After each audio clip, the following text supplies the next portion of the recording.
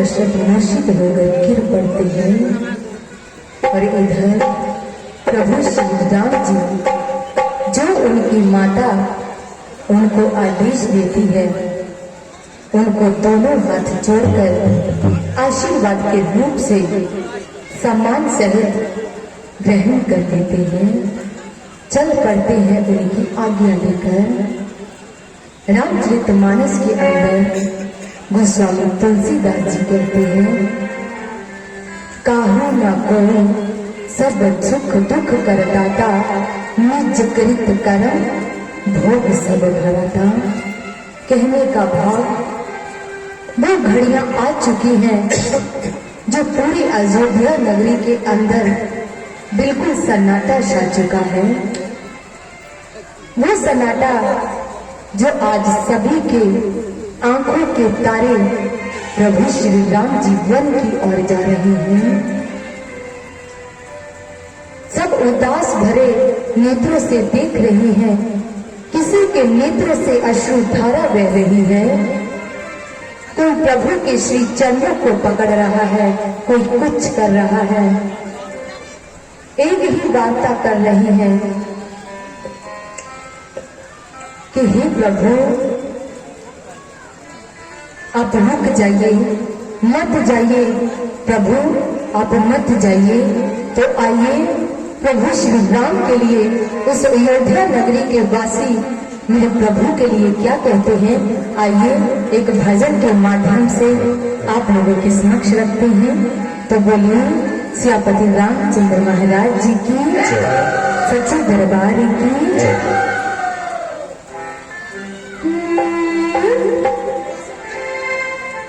जरा देर ठहरना, तमन्ना यही है। अभी हमने जी भर के देखा नहीं है। हमने जी भर के देखा नहीं। जरा देर ठहरो ना, जरा देर ठहरो ना, तमन्ना यही है। अभी हमने जी भर के देखा नहीं है। अभी हमने जी भर के देखा नहीं है।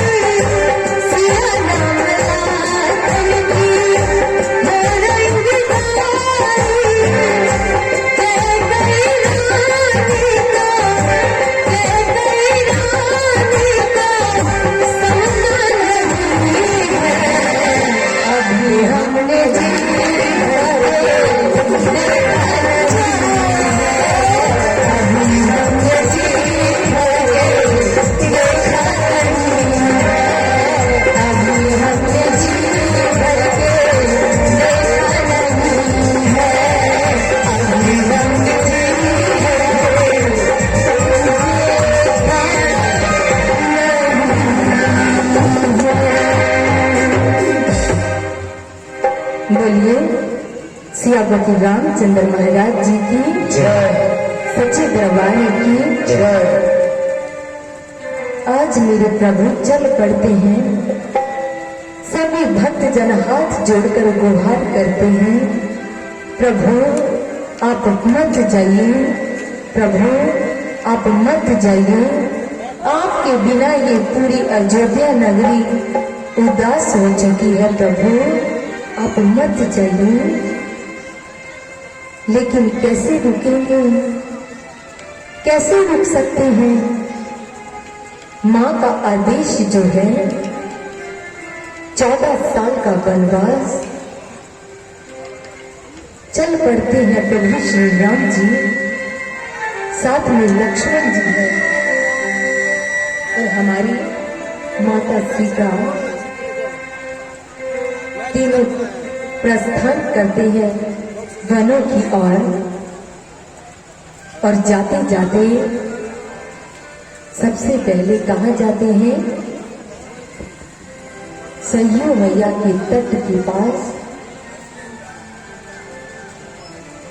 वहां पर जाते हैं तो उनका किसके साथ मिलन होता है? केवट के साथ। किसके साथ? केवट के साथ। तो आइए इससे पहले एक और भजन, उसके बाद केवट प्रसंग विस्तार सहित आप लोगों के समक्ष रखा जाएगा। आइए सरजू मैया के ऊपर एक भजन, जिसके लिए मैं अनुरोध करती हूँ गुरु भाई जी को कि वो अपने मुखार बिंद से अपनी रचना को पवित्र करते हुए उस भजन को आप लोगों के समक्ष रखें। तो दोनों हाथ ऊपर उठाकर एक बार बोला न जय घोष, बोलिए सियापति रामचंद्र महाराज जी की, सच्चे दरबार की जय श्री राम, जय जय श्री राम, जय श्री राम।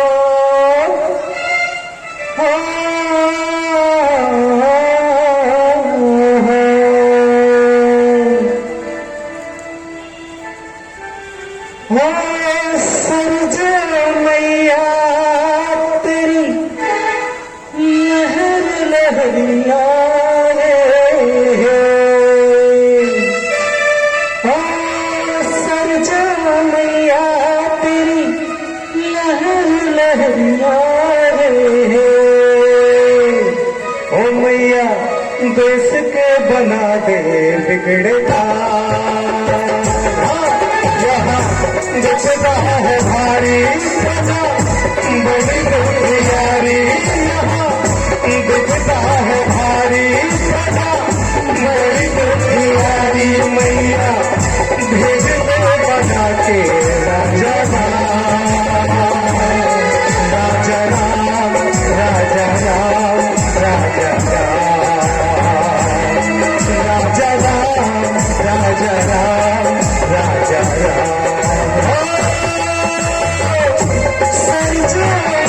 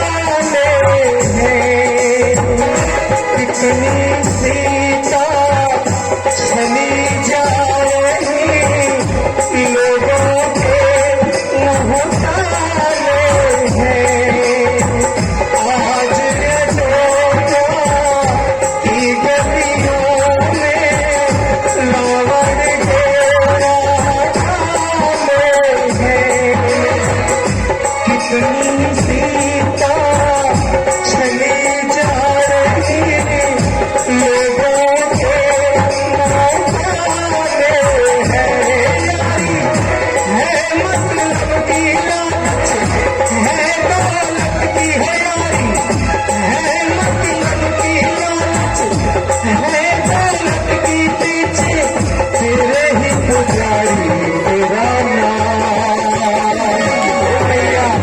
बेचता है भारी यहाँ बड़ी दुखियारी यहाँ बेचता है भारी है प्रजा बड़ी दुखियारी मैया भेज दे बना के राजा राम राजा राम राजा राम राजा राम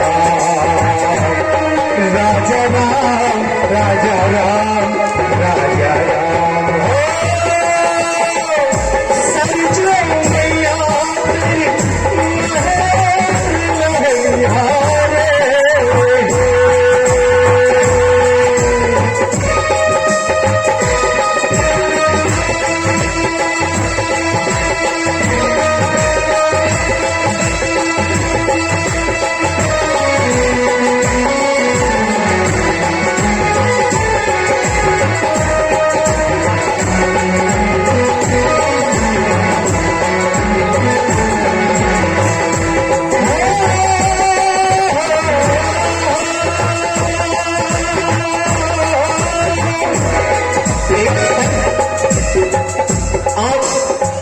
सरजू मैया के किनारे उनके चरणों में प्रार्थना करते हैं कि हे मां,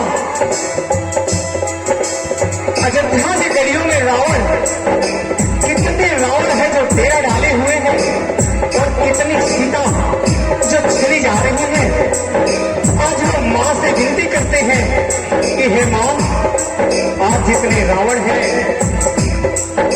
त्रेता में तो रावण एक था जिसे राम ने मार दिया, लेकिन आज तो कितने रावण है मां।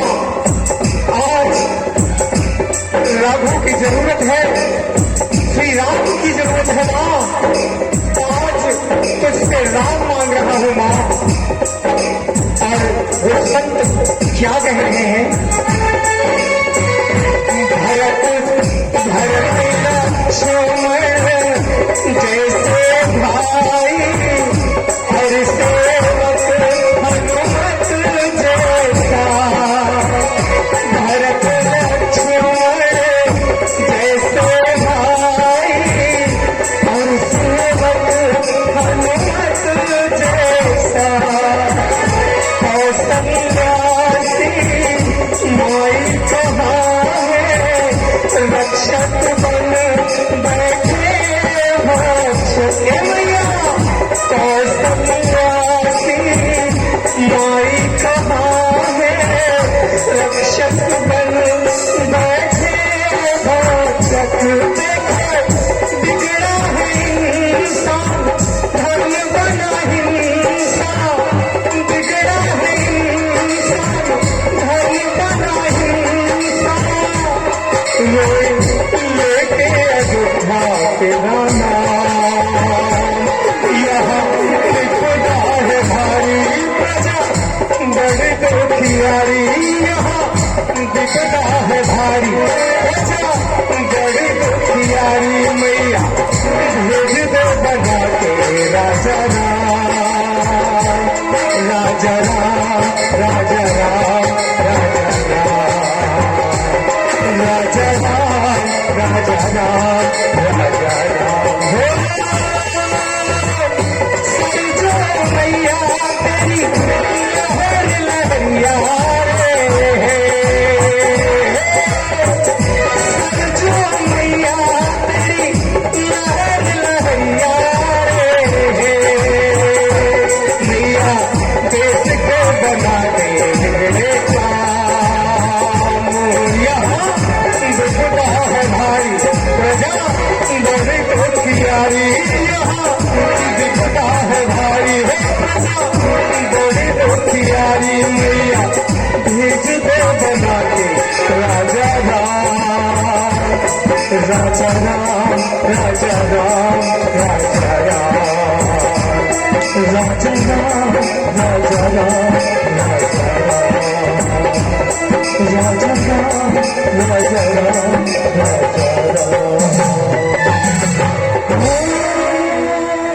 सरजो मैया तेरी लहर लहरिया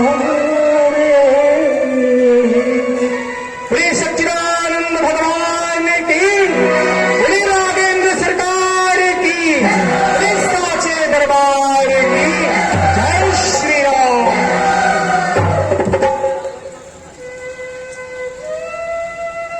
आज प्रभु श्री राम जी सरयू मैया जो गंगा नदी है वहां पर आकर खड़े हो जाते हैं और वहां पर जो आदिवासी लोग होते हैं वो केवट को जो नैया चलाता है उसको आवाज देता है, कहता है ओ केवट इधर आ, देख तो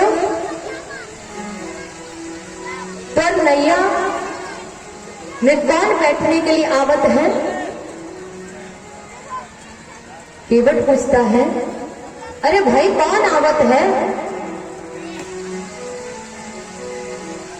तो कहते हैं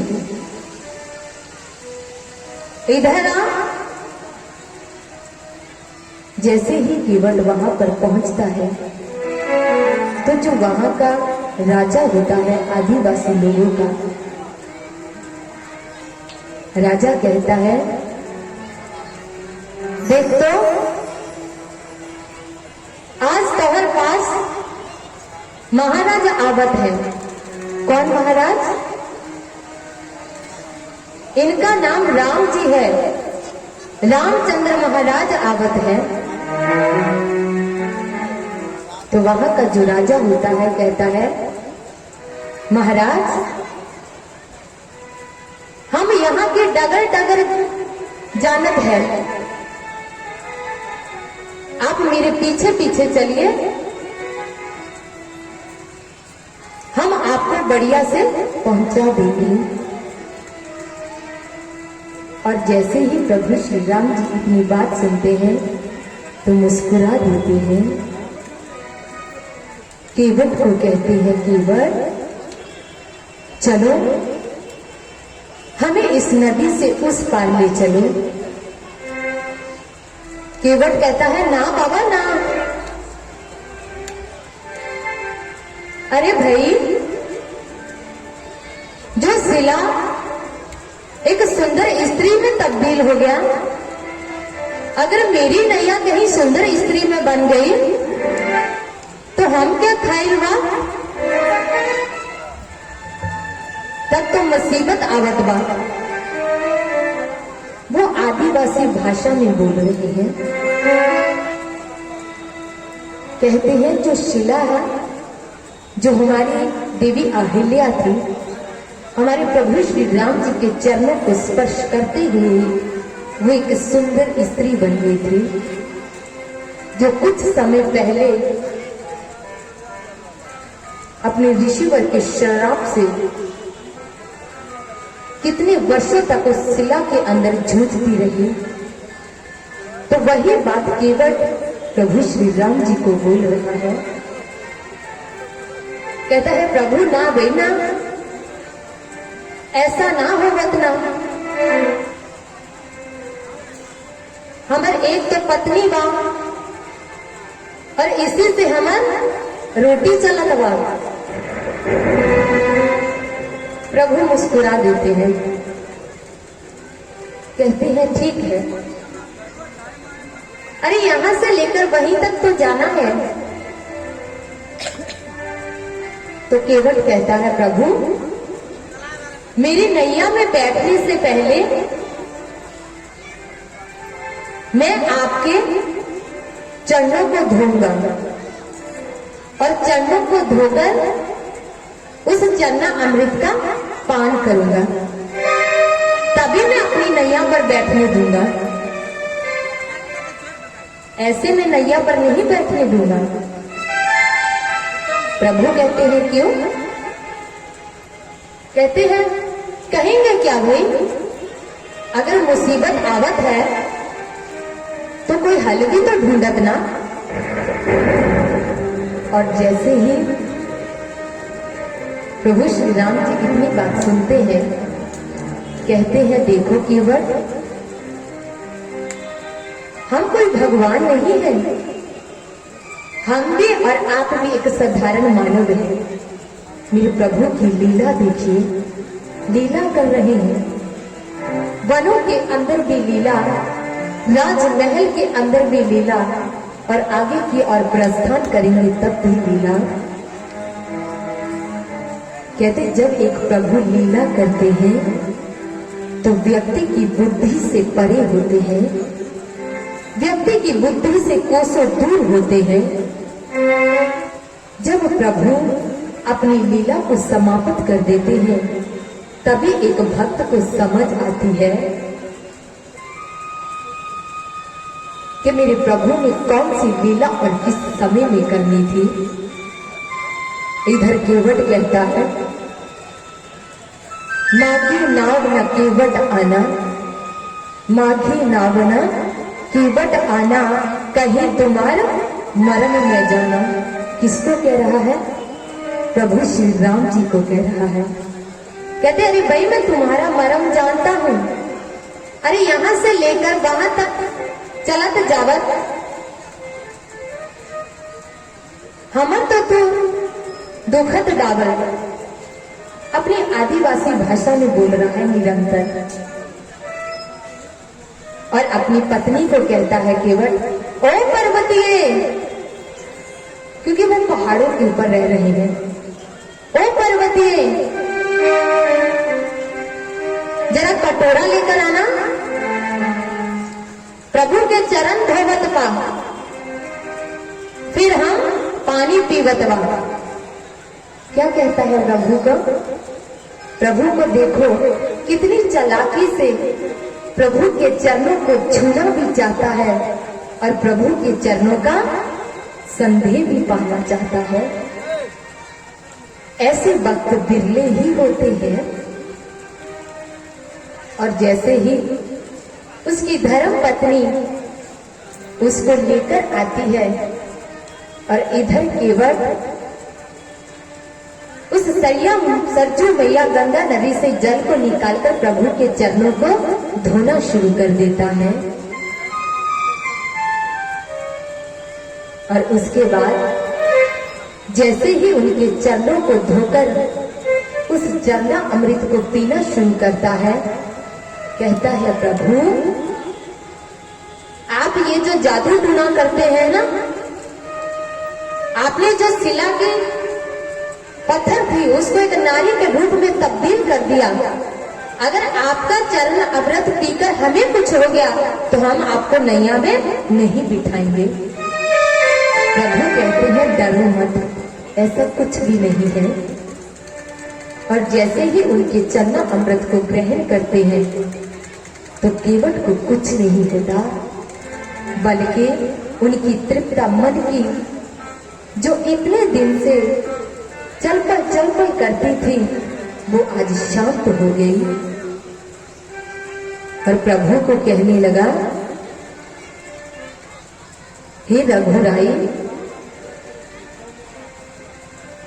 जलचर थलचर, जलचर थलचर नभचर नाना, जे जड़ चेतन सम समाना।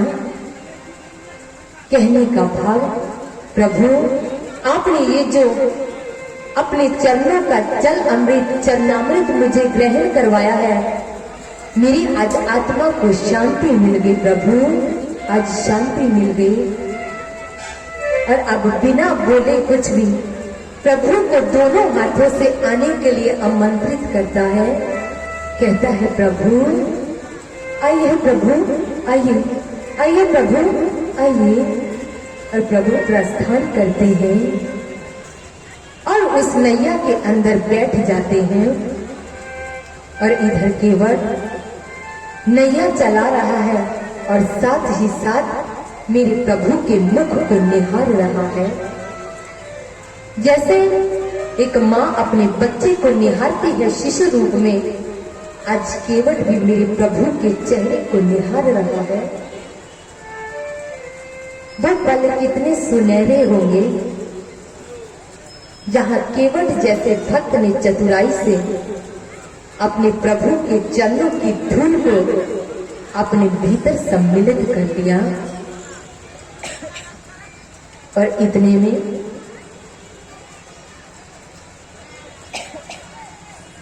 प्रभु चल पड़ते हैं और जैसे ही वहां से नदी पार होती है तो प्रभु उस गंगा मैया नदी के किनारे से दूसरी ओर प्रस्थान करते हैं। और प्रस्थान करने से पहले मां सीता उनको अपनी उंगली से अंगूठी उतार कर देने के लिए देती है, लेकिन केवट दोनों हाथ जोड़ लेता है, कहता है मां मां मैं कुछ नहीं लूंगा। जहां मेरे प्रभु का मुझे सान्निध्य प्राप्त हुआ वहां पे इस अंगूठी की मेरे लिए कोई जगह नहीं है। मैं आज धन्य धन्य हो गया हूं मां, मैं आज धन्य धन्य हो गया हूं। और प्रभु श्री राम जी चल पड़ते हैं आगे की ओर। और जैसे ही जाते हैं चित्रकूट की ओर प्रस्थान करते हैं। और जैसे ही चित्रकूट की ओर प्रस्थान करते हैं तो वहां पर कुछ भील घरों के बालक होते हैं। और जैसे ही वहां पर भील घरों के बालक उनको मिलते हैं तो प्रभु को रोक लेते हैं, कहते हैं ओ राजा कहां जागत है, कहां खोवत है। तो प्रभु श्री राम जी कहते हैं बालक आप कौन हो। प्रभु लीला करते हैं, कहते हैं बालक आप कौन हो। और बालक आगे से उत्तर देते हैं, कहते हैं राजा अब देखने से तो राजा लग रहे हैं, लेकिन फिर वनों में क्यों, इन वनों में क्यों हैं आप। आपने जैसे वेशभूषा है, आप कंधों के ऊपर धनुष बाण है और आप फिर भी वनों की ओर, ये कैसे संभव है। प्रभु श्री राम जी से प्रश्न करते हैं और आइए एक भजन के माध्यम से बताते हैं कि वो एक नन्हे नन्हे बालक जो है मेरे प्रभु श्री राम जी के बारे में क्या कहते हैं। आइए एक भजन के माध्यम से आप लोगों के समक्ष रखते हैं, तो आप इस भजन को ध्यानपूर्वक श्रवण कीजिएगा। तो आइए इस भजन का गायन करते हैं।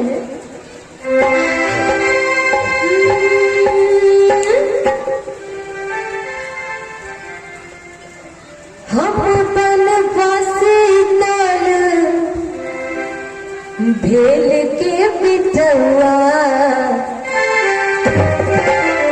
तूता राजा बाबू हवा,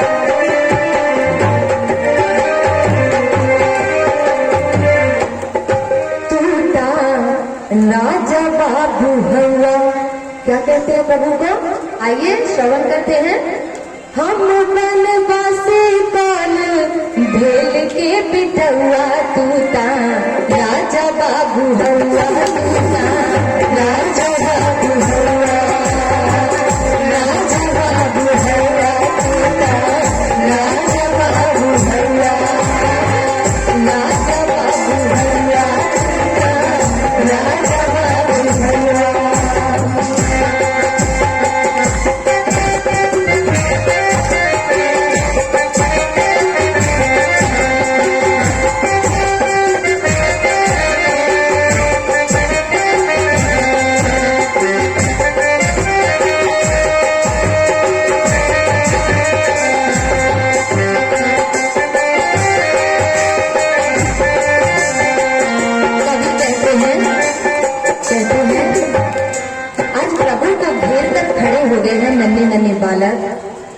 और जैसे ही घेर कर खड़े हो गए, एक कोई प्रभु के पीछे छुप जाता है और एक कोई प्रभु के हाथ पकड़ लेता है। कहते हैं तू हमार सरकार बा, तू जो है हमार सरकार है, आज नहीं जानते बात, आज जही रबत। और प्रभु को कहते हैं, क्या कहते हैं, आइए आगे बढ़ते हैं। घरवा माई बाप होई है, छोटे भाई होई है, घरवा माई बाप होई है, छोटे भाई होई है, घरवा माई बाप होई है, छोटे भाई होई है, घरवा माई बाप होई है, छोटे भाई होई है। और तपसी के बिसवा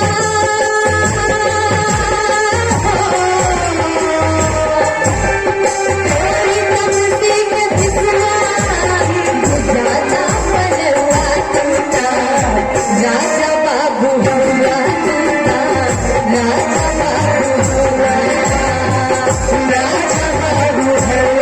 तूता, राजा बाबू हुआ, राजा बाबू हुआ तूता, राजा बाबू हुआ, राजा बाबू हुआ तूता, राजा बाबू हुआ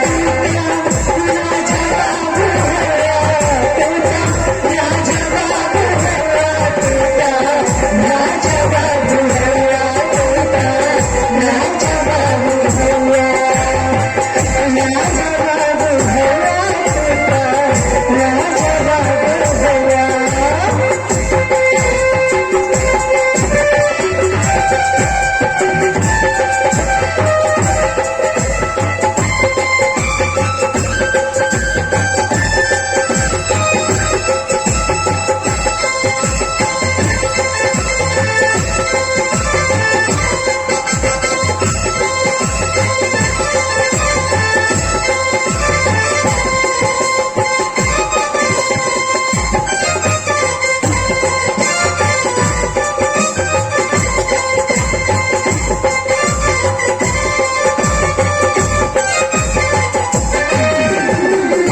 आज हमरे घर रहिबा, जान सच कहिबा, आज हमरे घर रहिबा, जान सच बात कहिबा, आज हमरे घर रहिबा, जान सच कहिबा, आज हमरे घर रहिबा, जान सच कहिबा।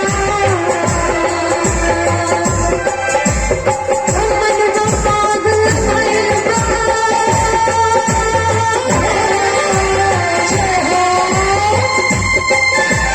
मनवा पागल भइल बा तोर, देख के सुझवा तोता, राजा बाबू हुआ तोता, राजा बाबू हुआ तोता, राजा बाबू हुआ तोता, राजा बाबू हुआ तोता, राजा बाबू हुआ तोता, राजा बाबू हुआ तोता, राजा बाबू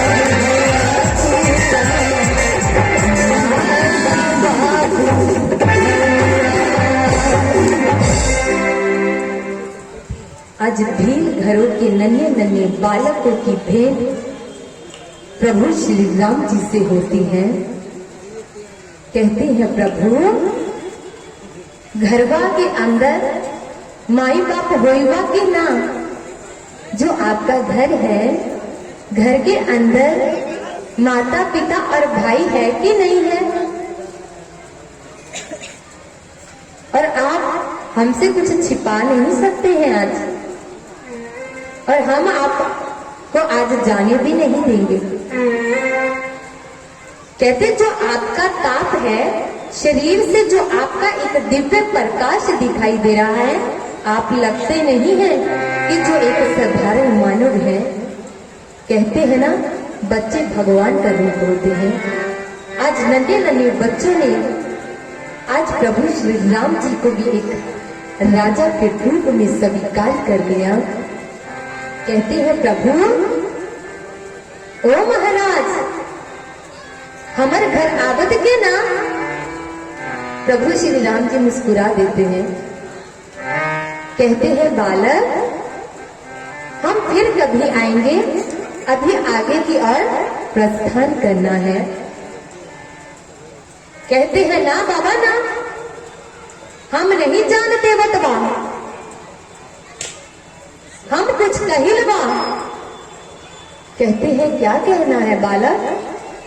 कहते हैं आप आज हमें बताए बिना जाएंगे नहीं यहां से कि आप कौन हैं?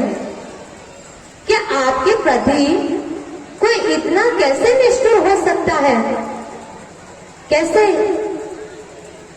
जो कंधों के ऊपर धनुष बाण और आप इतने दो सुंदर युवा हैं और साथ में एक माता की भांति, माँ के समान एक माँ एक नारी है, तो आप कहाँ जा रहे हैं? प्रश्न करते हैं।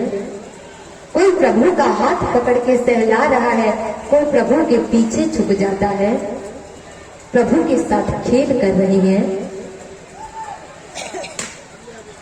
वो खेल जो एक बच्चा बच्चों के साथ खेलता है और उसके बाद बच्चों को कहते हैं बेटा बालक अभी हमारी जाने का समय हो चुका है, हमें जाने दो।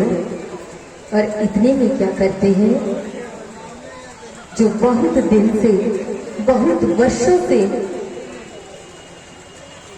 अपने प्रभु श्री राम जी की उड़ीक करते करते वृद्ध हो चुकी थी। कौन? मां शबरी। भक्त जनों, इस कथा को काट काट कर आप लोगों के समक्ष इसलिए रखा जा रहा है क्योंकि समय की कमी बहुत है, क्योंकि कथा को पूरा वाचने के लिए कम से कम 7 दिन की कथा होती है और 2 दिन का हवन यज्ञ होता है और 9 दिन मिलाकर और 9 दिन की कथा होती है, जिसमें शुरू से लेके अंत तक उस कथा को किया जाता है। लेकिन समय की कमी होने के कारण आप लोगों के समक्ष मेरे प्रभु श्री राम जी के द्वारा उन्हीं भावों को रखा जा रहा है जो एक व्यक्ति के जीवन को बदल सकते हैं। कहते हैं ना, युवा वो नहीं जो वक्त के सांचे में डल जाता है, अरे युवा तो वो है जो वक्त के सांचे को बदल कर रख देता है। ऐसी होती है युवाओं में भीतर शक्ति, ऐसा दृढ़ विश्वास जो एक व्यक्ति के जीवन को बदल कर रख देती है। तो आगे मां शबरी जो नित्य प्रतिदिन प्रभु की राह निहारती है, जो फूल बिछाते बिछाते कुटिया के अंदर और प्रभु के आने की जो राह है, देखते देखते उसी राह के ऊपर पुष्पों को अर्पण करना और नित्य प्रतिदिन फलों को चख चख कर उस टोकरी में रखना, आज वो घड़ियां बिल्कुल पास आ चुकी हैं। लेकिन जैसे ही वो घड़ियां पास आती हैं तो इधर मां शबरी आगे पुष्पों को अर्पण कर रही है और इतने में क्या होता है, 2 सुंदर राजकुमार सामने आकर खड़े हो जाते हैं। वो कौन है? मेरे प्रभु श्री राम जी और लक्ष्मण जी हैं। और जैसे ही वहां पर उनको खड़े होते हुए देखती है, पहले उनका ध्यान उनके चरणों की ओर ही होता है और तुरंत बोलने लगती है, आज मेरे फूल क्या फिर खराब करने के लिए आए हो? और जैसे ही इतनी बात को बोलने लगते तो जैसे ही उनका चेहरा ऊपर उठता है तो देखकर पूरा शांत हो जाती है, आंखें नम हो जाती है और सोचने लगती है कि ये कोई और नहीं, ये तो कोई दिव्य शक्ति लग रही है। और प्रभु को कहती है, आप कौन हैं? प्रभु से प्रश्न करती है। प्रभु कहते हैं, क्या आप हमें बता सकती हैं कि मां शबरी की कुटिया कहां पर है? तो मां कहती है, शबरी की कुटिया, उनको पहचानते ही आज देर नहीं लगी। और जैसे ही देर नहीं लगी, आज नेत्रों से अश्रुधारा प्रवाहित हो रही है। कहती है, हे प्रभु, इतने समय से मैं आपका आवाहन कर रही थी, आप कहां थे प्रभु, आप कहां थे? हे प्रभु, आपका आवाहन करते करते मेरे जीवन के अंदर वृद्ध अवस्था आ गई। प्रभु, आप कहां थे, आप कहां थे? आवाज लड़खड़ाती है, और जैसे ही वो आवाज वृद्ध अवस्था की लड़खड़ाती है, कहती है, आइए प्रभु, आइए, आइए प्रभु, आइए।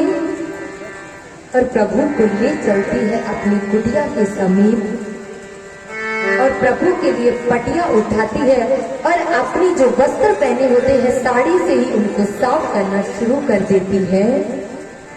कोई आप में शुद्ध नहीं है कि कौन आया है। आज इतनी मां धन्य धन्य हो चुकी है, अपनी शुद्धि को खो बैठी है, कोई पता नहीं है। तो आइए उसी समक्ष एक भजन आप लोगों के समक्ष रखा जाएगा। तो बोलिए, सियापति रामचंद्र महाराज जी की, सच्चे दरबार की। एक बार दोनों हाथ ऊपर उठाकर बुलंद जय घोष बोलिए, सियापति रामचंद्र महाराज जी की, सच्चे दरबार की।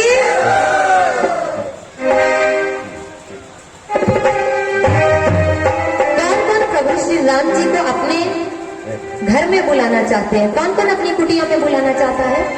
जरा हाथ ऊपर करके बताइए। देखिए, यहाँ पे शर्माने की बात नहीं है, यहाँ हमारे स्वयं प्रभु श्री राम जी विद्यमान है, तो फिर शर्माना क्यों? क्यों शर्माना? क्योंकि ये मेरे प्रभु का दिव्य और भव्य दरबार है। कहते हैं यहाँ पर तो दोनों हाथों की तकदीरें बदल जाती है खाली जय बुलाने से। तो कौन कौन प्रभु श्री राम जी को अपनी कुटिया में बुलाना चाहता है? कौन कौन? वह सब बुलाना चाहते हैं। तो साथ ही साथ उस भजन का गायन करेंगे, और साथ ही साथ मीठी मीठी ताली का सहयोग देंगे। कहते हैं ना, भोजन के लिए थाली, भोजन के लिए थाली, और चाय के लिए प्याली। तो प्रभु के भजन में क्या होनी चाहिए? ताली। तो आइए प्रभु के नाम का गुणगान करते हैं। बोलिए, सियापति रामचंद्र महाराज जी की, सच्चे दरबार की।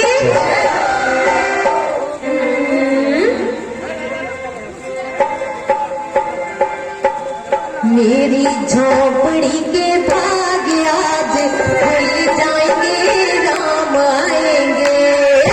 मेरी झोपड़ी के भाग्य आज खुल जाएंगे, राम आएंगे। मेरी झोपड़ी के भाग्य आज खुल जाएंगे, राम आएंगे। राम आएंगे, आएंगे, राम आएंगे।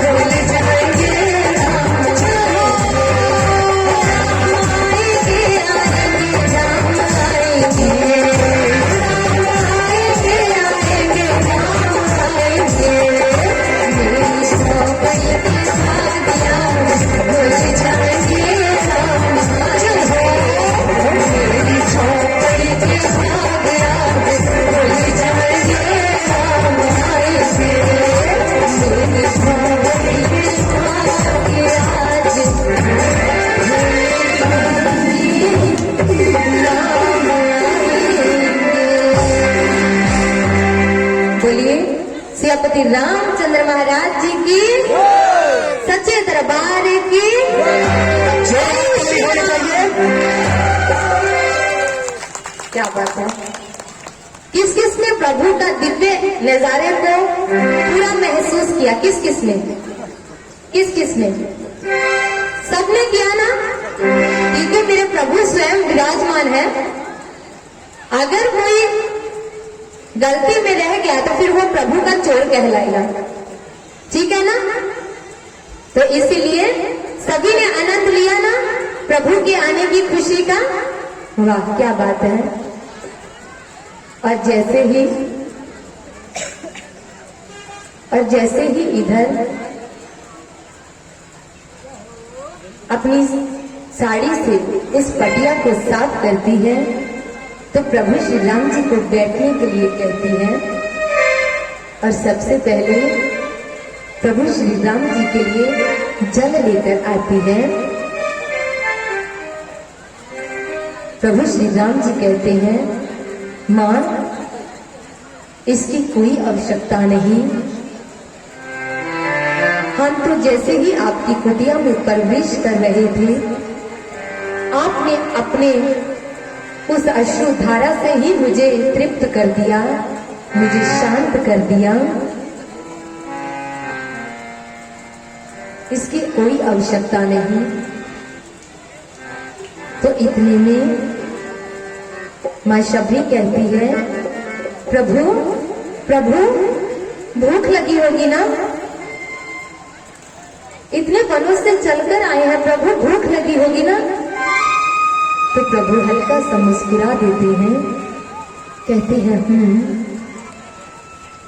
तो मां शबरी कहती है, प्रभु मैं अभी आती हूँ, मैं फल लेकर अभी आती हूँ, अभी आती हूँ।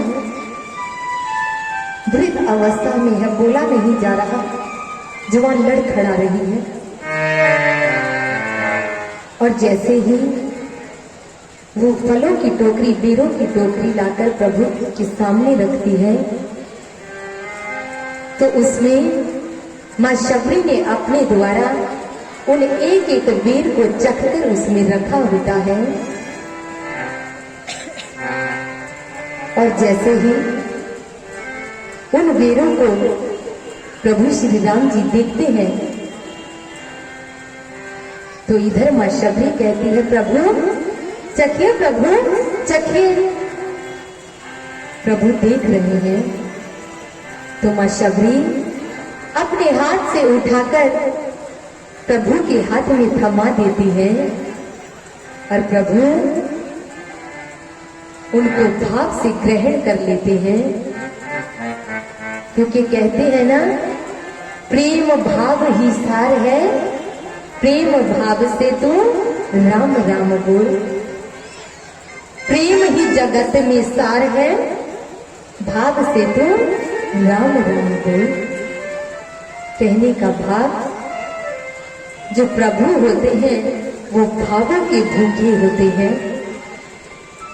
यहाँ पर थोड़ा सा रुककर विचार करते हैं, हम कितने भी अपने प्रभु को 56 प्रकार के भोग क्यों ना अर्पित कर दें, लेकिन इस हृदय के अंदर छल है, कपट है, दूसरे के प्रति अहंकार है, ईगो है, अहंकार से भरे हैं। तो कैसे इस समाज के अंदर हम अपने प्रभु को पा पाएंगे? उस प्रभु को पाने के लिए अपने भीतर को खाली करना पड़ता है, एक फ्लूट की तरह, बांसुरी की तरह। जैसे बांसुरी अंदर से खाली होती है, लेकिन जब उसको बजाया जाता है तो उसकी मधुर ध्वनियां निकलती हैं।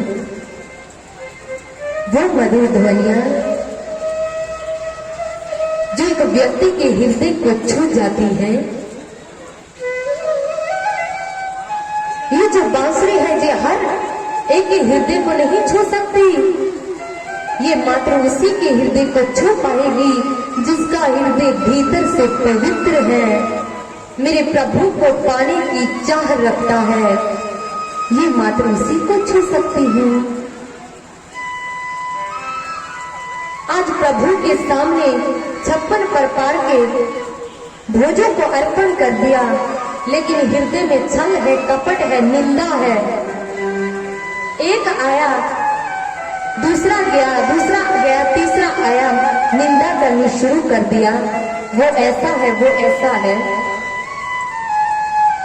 वो गाता ऐसा है, वो बजाता ऐसा है, वो ऐसा करता है। Why reason? आप सभी ने देखा होगा कि मार्केट के अंदर कभी भी 400 का नोट नहीं आता, हमेशा 500 का ही आता है। 400 का अगर बनेगा भी तो नकली बनेगा।